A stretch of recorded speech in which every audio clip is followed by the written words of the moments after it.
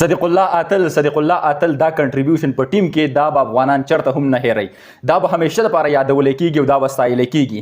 یعنې په انسان په وجود کې په باډۍ کې چې څنګه د ملا د اډوکی دی، د افغانستان ایمرجنګ ایشیا کپ 2024 چې کوم ټیم دی په هغه کې دغه کردار ادا کو صدیق الله اتل. یعنې چې په همیشه سټارټ نه والا تر انډه پورې لګیاو او هغه خپل همت نه دی بایللی، همیشه دپاره د افغانستان چې کومه لوبډله ده هغه د مشکل نه رایستلې ده او اسانۍ طرف ته یې بوتلې. هم نن په فاینل کې دا ګوره ډېره زیاته غټه لوبه وه، د افغانستان نه په سټارټ کې ویکټ لاړ او دې چې څومره پریشر کریټ کو د زبید اکبري ویکټ چې لاړه، نو ګورې ما په خپله باندې سور ډېر زیات خراب شو. ما وایي چې اوس الله دې خیر کړي، بعد کې به څه کېږي. خو صدیق الله اتل انکریډیبل آوټسټینډینګ چې څومره هم تعریف د صدیق الله اتل وشي دا به ګورې ډېر زیات کم وي.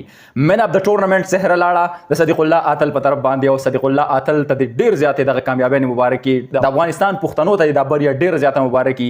یقینا چې ډېره زیاته د خوشحالۍ مقام دی، یقینا چې د دې نه بله غټه خوشحالي د افغانستان دپاره نشي کېدلی. مخ په وړاندې اچیومنټس دي، مخ په وړاندې باندې ډېر زیات ګولز دي چې هغه به اچیو کول غواړي، خو په موجوده ټایم کې د دې نه بله بریا غټه نشته دی، د دې نه بله غټه خوشحالي نشته د افغانستان خلکو دپاره، د افغانستان پښتنو دپاره او د افغانستان کرکټ ټیم دپاره. ډېر زیات یو ګریټ اچیومنټ دی او اوورال زه ووایم ټول کریډټ چې کوم دی کمباینلی هر یو کلاړي خپل محنت، خپل لګن، خپل سټرګل کړی دی.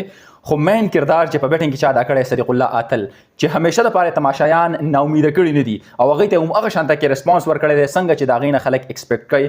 ډېر زیات دی مبارک صدیق الله اتل، یو آر ا ریلی ګریټ پلیر. یقین وکړه چې د ملا د اډوکې چې څنګه کردار په جسم کې ادا کوي دغه شان کردار تا ادا کو د افغانستان په لوبډله کې، د افغانستان په ټیم کې. صدیق الله اتل دا ښه چرته هیر نه کوي، دا به همیشه دپاره ستایلی کېږي او څومره زر تر زره چې کېدلی شي صدیق الله اتل راولئ په ټیم کې شامل کړئ. د افغانستان په غټ ټیم کې اوپنر ایز ا اوپن د ګربت سره که اوپن کوي، کو بل څوک ورسره خو اوپن نه به نه اخوا کوئ، په اوپن کې دا استعمال کړی شي. ډېره زیاته بهترینه لوبه، ډېره زیاته غټه بریا، ټول افغانانو ته یو ځلې بیا مبارکي دغه غټه بریا.